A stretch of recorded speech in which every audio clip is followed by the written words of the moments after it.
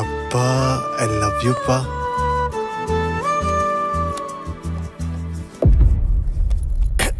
Cigarette ಸೇತೀನೋ? ಅದು ಅಪ್ಪ ದಿನಕ್ಕೆ 2 ಸೇತೀನಿ. 2 ತಾನೇ? ನಾ ಜಾಸ್ತಿ ಸೇತೀನಿ. ಮೋಯೆ ಮೋಯೆ. ಈ ಸಿನಿಮಾನ 2ನೇ ಸಲ ನೋಡಿದ್ಮೇಲೆ ತುಂಬ ಇಷ್ಟ ಆಗುತ್ತೆ ಅಂತ. ಫಸ್ಟ್ ಟೈಮ್ಗಿಂತ ಸೆಕೆಂಡ್ ಟೈಮ್ ನೋಡಿದಾಗಲೇ ಎಲ್ರಿಗೂ ಯಾಕೆಂದ್ರೆ ಕ್ಲೈಮ್ಯಾಕ್ಸ್ ಏನು ಅಂತ ಗೊತ್ತಿರುತ್ತೆ, ಪ್ರತಿಯೊಂದು ಡಾಟ್ನು ಕನೆಕ್ಟ್ ಮಾಡ್ಕೊಂಡು ನೋಡೋಕ್ಕೆ ಶುರು ಮಾಡ್ತಾರೆ. ಬಟ್ ಕೆಲವ್ರು ಅನುಭವಗಳು ಹೇಳ್ಬೇಕಾದ್ರೆ ನನಗೆ ಈ ಫೀಲ್ಡ್ ಬೇಕಿತ್ತಾ ಅಂತ ಅಂದ್ಕೊಂಡಿದ್ದೀನಿ, ನಿಜ ಅದು. ಬಟ್ ಇನ್ನೂ ನನಗೆ ಆ ಅನುಭವ ಇನ್ನೂ ಆಗಿಲ್ಲ. ನಾನು ಒಬ್ಬ ಆಡಿಯನ್ಸ್ ಆಗೇ ನೋಡ್ತೀನಿ ಸಿನಿಮಾ ನೋಡಬೇಕಾದ್ರೆ. ನಾನು ಥಿಯೇಟ್ರಲ್ಲಿ ಸಿನಿಮಾ ನೋಡಬೇಕಾದ್ರೆ ನಾನು ಥಿಯೇಟ್ರಲ್ಲಿ ಇರೋದನ್ನು ಮರೆತು ಸಿನಿಮಾ ನೋಡಬೇಕು. ಆ ಕತೆ ಒಳಗಡೆ ಹೋಗಿ ಟ್ರಾವೆಲ್ ಮಾಡೋದಂಗೆ ಇರಬೇಕು. ತುಂಬ ಸಿನಿಮಾಗಳಿದೆ ಸರ್, ಒಳ್ಳೊಳ್ಳೆ ಸಿನಿಮಾಗಳನ್ನ ಸೋಲಿಸಿರೋ ಉದಾಹರಣೆ ನಮ್ಮ ಕನ್ನಡದವರೇ ಸೋಲಿಸಿದ್ದಾರೆ.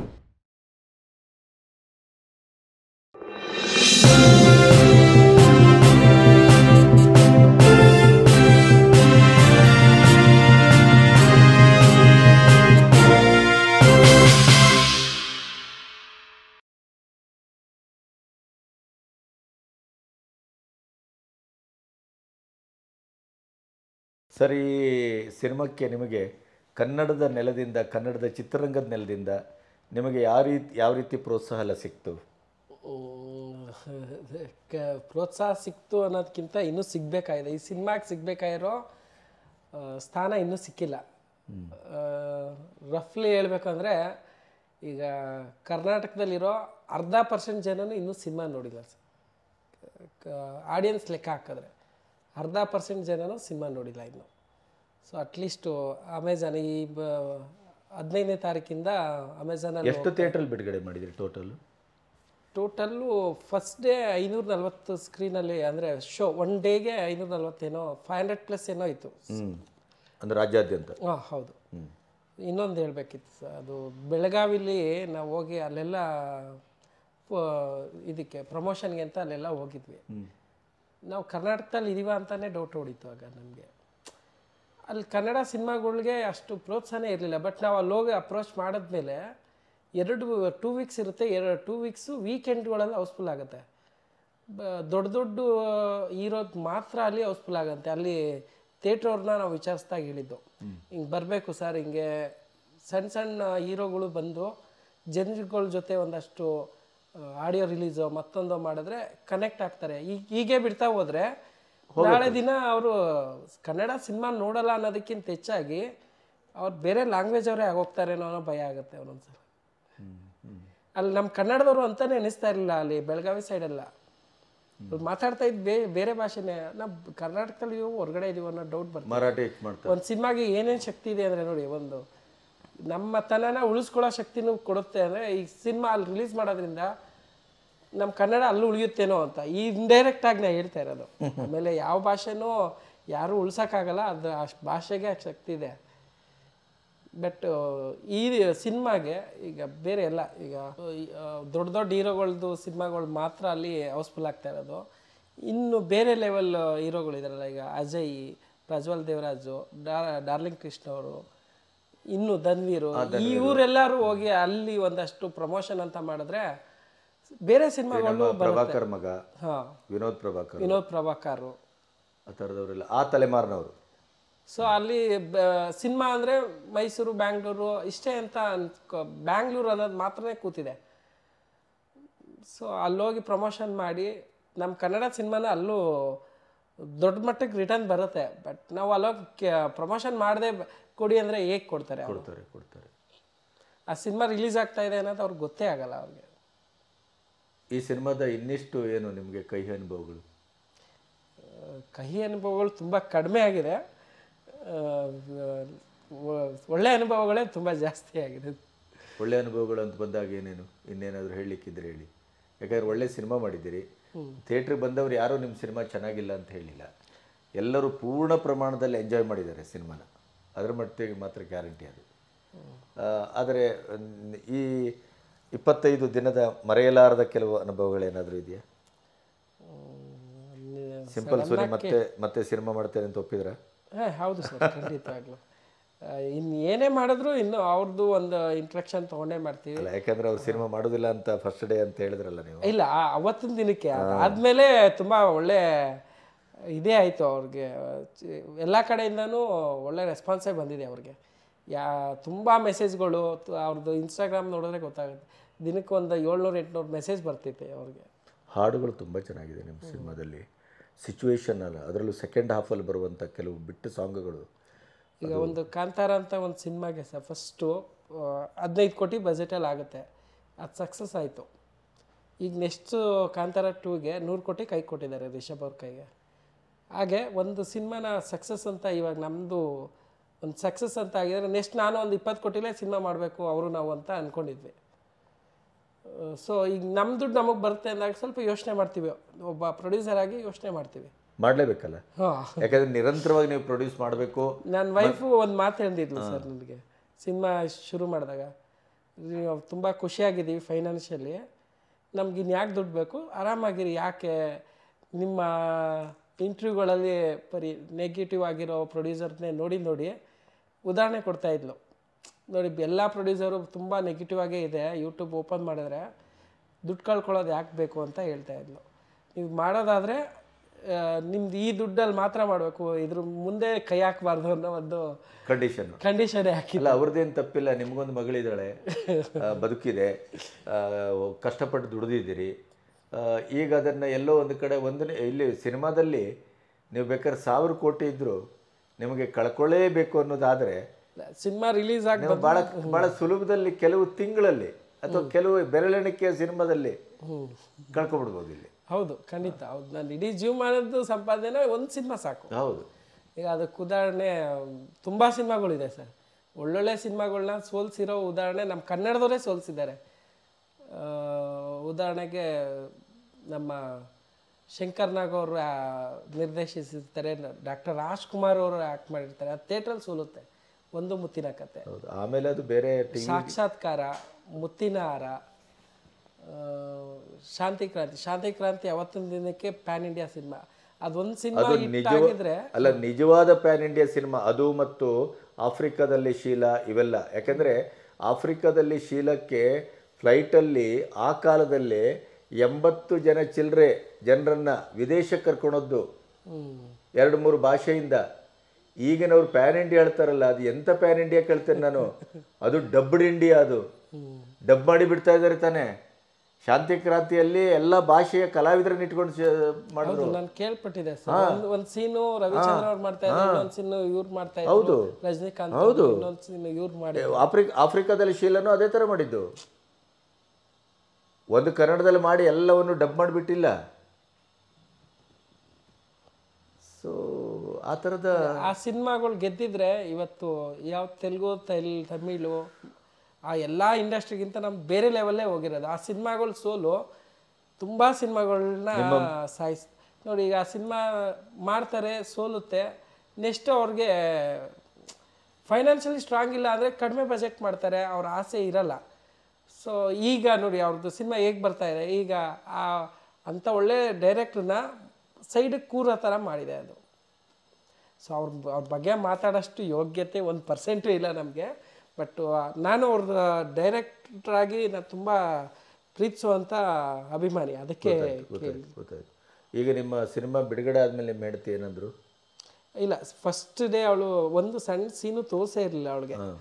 ಫಸ್ಟ್ ಡೇ ಜನಗಳ ಜೊತೆನೇ ಹೋಗಿ ಸಿನಿಮಾ ನೋಡಿದಾಗ ಜನಗಳ ರಿಯಾಕ್ಷನ್ ನೋಡಿ ಅವಳು ತುಂಬ ಖುಷಿ ಪಟ್ಟಿದ್ದಾಳೆ. ಅದಾದಮೇಲೆ ಎವ್ರಿ ಡೇ ಅವಳು ಯೂಟ್ಯೂಬಲ್ಲೆಲ್ಲ ಅದು ಇದು ನೋಡ್ತಾ ಇರ್ತಾಳಲ್ಲ, ಸೊ ಸಮಾಧಾನ ಇದೆ ಅವಳಿಗೆ. ಒಬ್ಬ ನಿರ್ಮಾಪಕನಾಗಿ ಹೀಗೆ ನೀವು ಪ್ರಥಮ ಸಿನಿಮಾ ನಿಮಗೆ ಸಾಮಾಜಿಕವಾಗಿ ಸಾಂಸ್ಕೃತಿಕವಾಗಿ ಒಂದು ಮೌಲ್ಯವನ್ನು, ಒಂದು ನೇಮನ್ನು, ಒಂದು ಹೆಗ್ಗಳಿಕೆಯನ್ನು ತಂದು ಕೊಡ್ತಾ? ಹೌದು ಸರ್. ಬೆಂಗಳೂರಲ್ಲಿ ನನ್ನ ಬಗ್ಗೆ ನಾನು ಯಾರು ಅಂತಲೇ ಗೊತ್ತಿರಲಿಲ್ಲ. ವೀರೇಶ್ ಅಂತ ಥಿಯೇಟ್ರಲ್ಲಿ ನನ್ನ ಯಾರೋ ತುಂಬ ಜನ ಕಂಡಿಡ್ಬಿಡ್ತು, ಸರ್ ನೀವು ಈ ಮೂವಿ ಪ್ರೊಡ್ಯೂಸರ್ ಅಲ್ವಾ ಅಂತ. ನಾನು ಎಲ್ಲೂ ಕಾಣಿಸ್ಕೊಂಡಿರಲಿಲ್ಲ, ಎಲ್ಲೋ ನೋಡಿರ್ತಾರೆ. ಬೆಂಗಳೂರು ಅಂತ ವೀರೇಶ್ ಅಂತ ಥಿಯೇಟ್ರಲ್ಲಿ ಕಂಡಿಡ್ಬಿಟ್ಟು ಮಾತಾಡಿಸ್ತಾರೆ. ಈಗ ಮೈಸೂರಲ್ಲಿ ಕಾಮನ್ನು ನಾನು ಮಾತಾಡಿಸ್ತಾ ಇದ್ದಾರೆ. ಈಗ ಹೀರೋಗೆ ಹೀರೋಯಿನ್ದು ಸೆಲ್ಫಿ ತೊಗೊಳೋದು ನೋಡಿದ್ದೀನಿ. ಪ್ರೊಡ್ಯೂಸರ್ ನನ್ನ ಹತ್ರ ಬಂದು ಸೆಲ್ಫಿ ತೊಗೋತಾರೆ. ಒಂಥರ ಹೊಸ ಅನುಭವ ಇದೆಲ್ಲ ನಮಗೆ ಲೈಫಲ್ಲಿ. ನಾನು ತುಂಬ ಸಾಮಾನ್ಯವಾಗಿ ವ್ಯಕ್ತಿ, ಇದನ್ನೆಲ್ಲ ತುಂಬ ಎಂಜಾಯ್ ಮಾಡ್ತಾ ಇದ್ದಿದ್ದು ನಾನು. ನೀವು ಹೆಂಗಿದ್ದೀರಿ, ಸುಂದರವಾಗಿದ್ದೀರಿ, ಈ ಸಿನಿಮಾಕ್ಕೆ ಬರುವಾಗ ನಿಮ್ಮ ಹೆಂಡತಿ ಆ ದೃಷ್ಟಿಯಲ್ಲಿ ಏನೋ ಹೇಳಿಲ್ವಾ? ಇಲ್ಲ ನನ್ನ ವೈಫ್ಗೆ ನನ್ನ ಮೇಲೆ ಅಪಾರವಾದ ನಂಬಿಕೆ ಇದೆ ಬಿಡಿ ಸರ್. ನಿಮ್ಗೆ ಅಭಿನಯದೇ ಹುಚ್ಚಿಲ್ಲ? ಇಲ್ಲ ಸರ್, ಸಿನಿಮಾ ನೋಡೋದಷ್ಟೇ ನನಗೆ ಇಷ್ಟ. ಹಾಗೂ ಈ ಸಿನಿಮಾದಲ್ಲಿ ನಾನು ತುಂಬ ಸೀನಲ್ಲಿದ್ದೆ. ಎಡಿಟಿಂಗ್ ಆದಾಗ ನೋಡಿದಾಗ ನನಗಿಷ್ಟ ಆಗಲಿಲ್ಲ ಸರ್, ತುಂಬ ಕೆಟ್ಟದಾಗಿದೆ. ಆಮೇಲೆ ಅಲ್ಲಿಗೆ ಆ ಸಿಚುವೇಶನ್ ಅವಶ್ಯಕತೆ ಇರಲಿಲ್ಲ, ಬೇಡ ಸರ್ ರಿಮೂವ್ ಮಾಡಿ ಅಂದ್ಬಿಟ್ಟು ರಿಮೂವ್ ಮಾಡಿಸ್ಬಿಟ್ಟೆ ಅದನ್ನು. ಒಂದೇ ಒಂದು ಚೆಕ್ಸ್ ಕೊಡೋ ಸೀನ್ ಒಂದು ಮಾತ್ರ 1 ಸೆಕೆಂಡ್ ಬರ್ತೀನಿ ಅಷ್ಟೇ. ಅದು ಅವಶ್ಯಕತೆ ಇತ್ತು, ಆ ಕಾರಣಕ್ಕೆ ಮಾಡಿದ್ವಿ.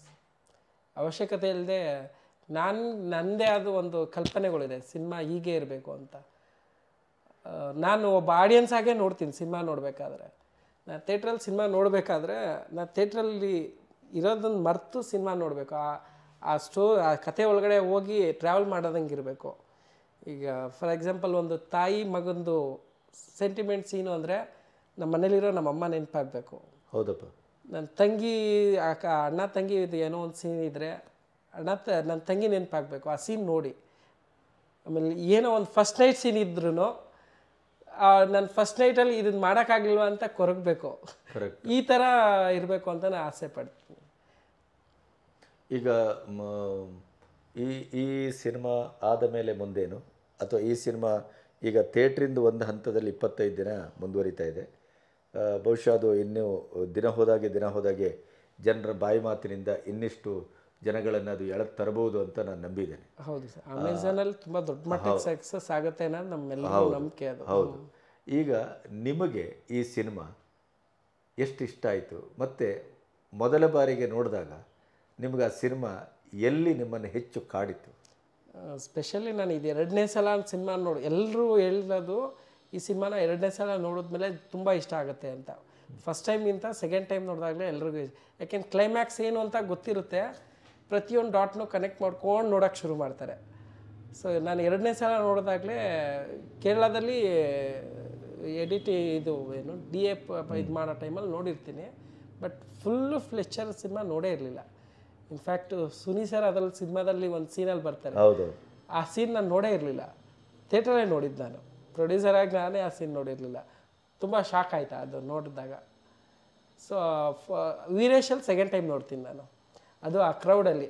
ನಾನೊಂದು ತುಂಬ ವರ್ಷ ಆಗಿತ್ತು, ಒಂದು 10 ವರ್ಷನೇ ಆಗಿತ್ತು ಅನಿಸುತ್ತೆ, ಆ ಥರ ಆ ಕ್ರೌಡಲ್ಲಿ ಸಿಂಗಲ್ ಥಿಯೇಟ್ರಲ್ಲಿ ಸಿನಿಮಾ ನೋಡಿ ಪ್ರತಿಯೊಂದು ಇದರಲ್ಲಿ ಸೀನಲ್ಲೂ ವಿಶಿಲ್ಲೂ ತುಂಬ ಎಂಜಾಯ್ ಮಾಡಿದೆ. ಅದು ನಿಮಗೆ ವಿನಯ್ ಈ ಪಾತ್ರವನ್ನು ಜನರ ಮೆಚ್ಚುಗೆ ಗಳಿಸುವಷ್ಟು ಶಕ್ತವಾಗಿ, ಅಷ್ಟು ಪವರ್ಫುಲ್ಲಾಗಿ ಮಾಡಬಲ್ಲರು ಅಂತ ಅನಿಸುತ್ತಾ?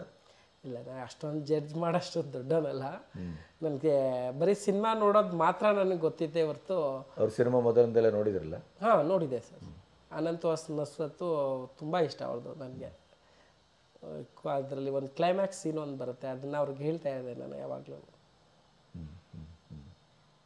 ಸೊ ಮುಂದೇನು ಸರ್? ನೆಕ್ಸ್ಟು ಸುನಿ ಸರ್ದೇ ಡೈರೆಕ್ಷನ್ದೊಂದು ಮೋಡ ಕವಿದ ವಾತಾವರಣ ಅಂತ ಸಿನಿಮಾ ರೆಡಿ ಇದೆ. ಓ, ಆಗಿದೆಯಾ? ಹಾಂ, ಆಗಿದೆ. ಅದು ಹೇಗೆ ಅಂದರೆ ಕಂಪ್ಲೀಟ್ ಸಿನಿಮಾನ ನಾನು ಪರ್ಚೇಸ್ ಮಾಡಿದ್ದೆ. ಹೌದಾ? ಹಾಂ, ಸಿನಿಮಾ ಒಂದು ಅಂದರೆ ಅವರೇ ಮಾಡಿದ್ದಿದ್ರ? ಅವರೇ ಮಾಡಿರ್ತಾರೆ. ಇನ್ನು ಮಿಕ್ಕಿದ್ದು ಪೋರ್ಷನ್ಗೆ ಒಂದು ಸ್ವಲ್ಪ ಅವರು ಹೊಸಬರೇ ಹೀರೋ.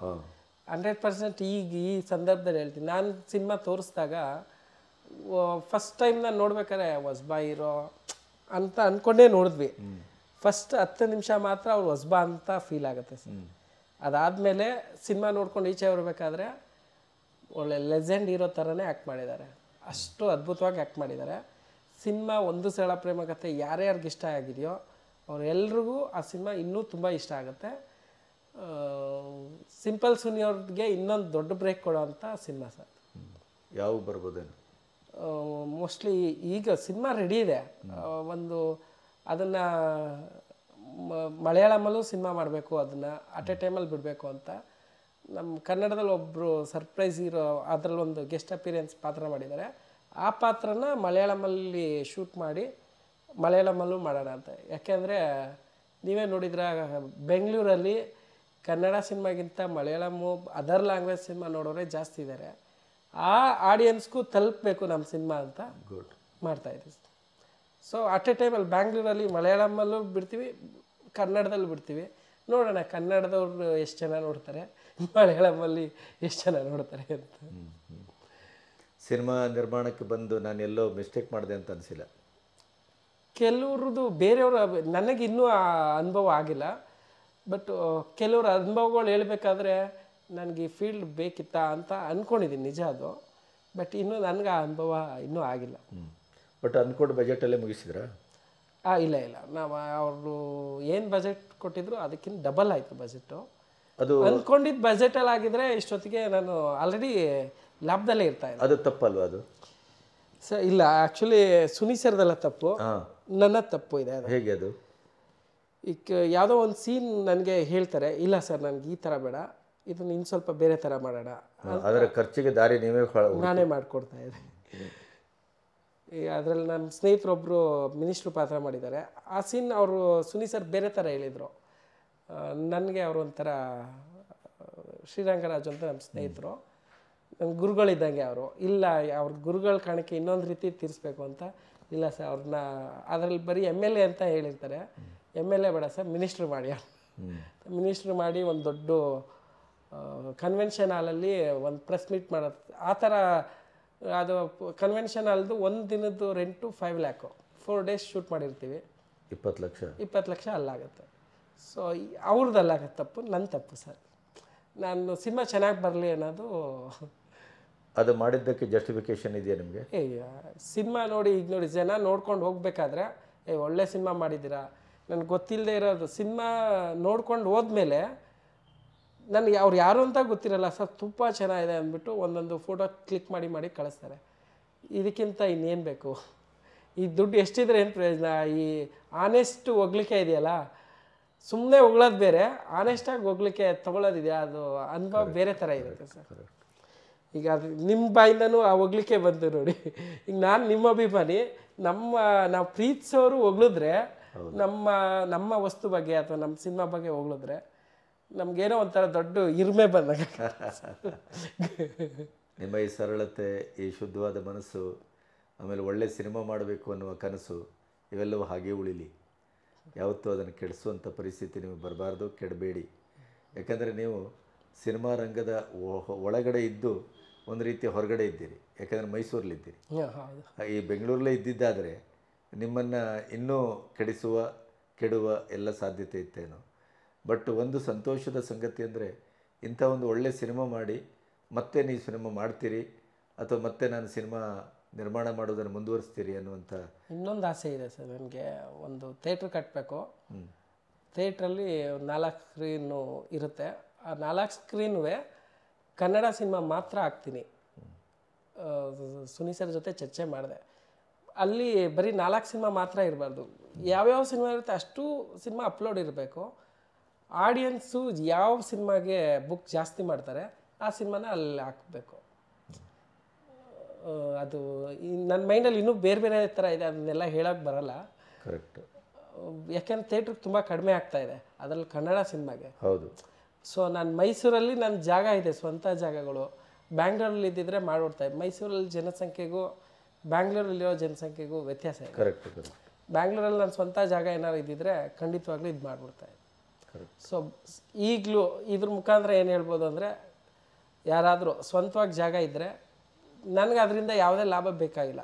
ಒಂದು ಕನ್ನಡ ಸಿನಿಮಾಗೆ ನನ್ನ ಕಡೆಯಿಂದ ಇದೊಂದು ಅಂತ, ನನ್ನ ಕಡೆಯಿಂದ ಆ ಸಿನಿಮಾ ಥಿಯೇಟ್ರ್ ಕಟ್ಟೋಕ್ಕೆ ಅಂತಲೇ ಒಂದು ಇದು ಮಾಡ್ತೀನಿ. ಇನ್ನೂ ನಾನೇನು ಇಲ್ಲದೆ ಇರೋ ನಾನೇ ಇದು ಮಾಡ್ತೀನಿ ಅಂದರೆ ಇರೋರು ಎಷ್ಟು ಚೆನ್ನಾಗಿ ಮಾಡ್ಬೋದು. ಗೌರ್ಮೆಂಟಿಂದ ಇಂಥದ್ದೊಂದು ಥಿಯೇಟ್ರ್ ಆದರೆ ಕನ್ನಡ ಸಿನಿಮಾ ಇನ್ನೊಂದು ಲೆವೆಲ್ಗೆ ಹೋಗುತ್ತೆ. ಆಗ ಆಡಿಯನ್ಸ್ಗೂ ಕಡಿಮೆ ರೇಟಿಗೆ ಬಂದು ನೋಡ್ತಾರೆ. ಹೌದು, ಸತ್ಯ ಅದು. ಸೊ ನಿಮ್ಗೆ ಒಳ್ಳೆಯದಾಗಲಿ. Thank you sir. ಇದೇ ಥರ ಸಿನಿಮಾವನ್ನು ನಿರ್ಮಾಣ ಮಾಡ್ತಾ ಮುಂದುವರಿರಿ. ಮತ್ತು ಈ ಸಿನಿಮಾ ಈಗ 25-26ನೇ ದಿನ ಓಡ್ತಾ ಇದೆ. 100 ದಿನದವರೆಗೆ ಓಡಲಿ. ಇಲ್ಲ, ಈಗ ನೆಕ್ಸ್ಟ್ ವೀಕ್ ಅಮೆಝಾನಲ್ಲಿ ಬಂದಮೇಲೆ 100 ದಿನ ಎಲ್ಲ ಓಡುವ ಪ್ರಶ್ನೆನೇ ಇಲ್ಲ. ಹೌದು, ನಾವು ಬರೀ ಸುಮ್ಮನೆ ಹಾರೈಸ್ಬೋದು ಅಷ್ಟೇ ಹೊರತು. ಬಟ್ ಇವತ್ತು ಬಹುಶಃ 25, 40, 50 ದಿನ ಓಡಿದ್ರೇ ಭಾಳ ದೊಡ್ಡ ಸಾಧನೆ. ಹೌದು ಥಿಯೇಟ್ರ್ ಸಿಗೋದೇ ತುಂಬ ಹೌದು. ಮತ್ತು ಅಮೆಝಾನಲ್ಲಿ ಬಂದಾಗ ಅದು ಹೆಚ್ಚು ಜನಪ್ರಿಯವನ್ನು ಪಡ್ಕೊಳ್ತದೆ. ಹೌದು. Wish all the best. ಒಳ್ಳೆಯದಾಗಿ.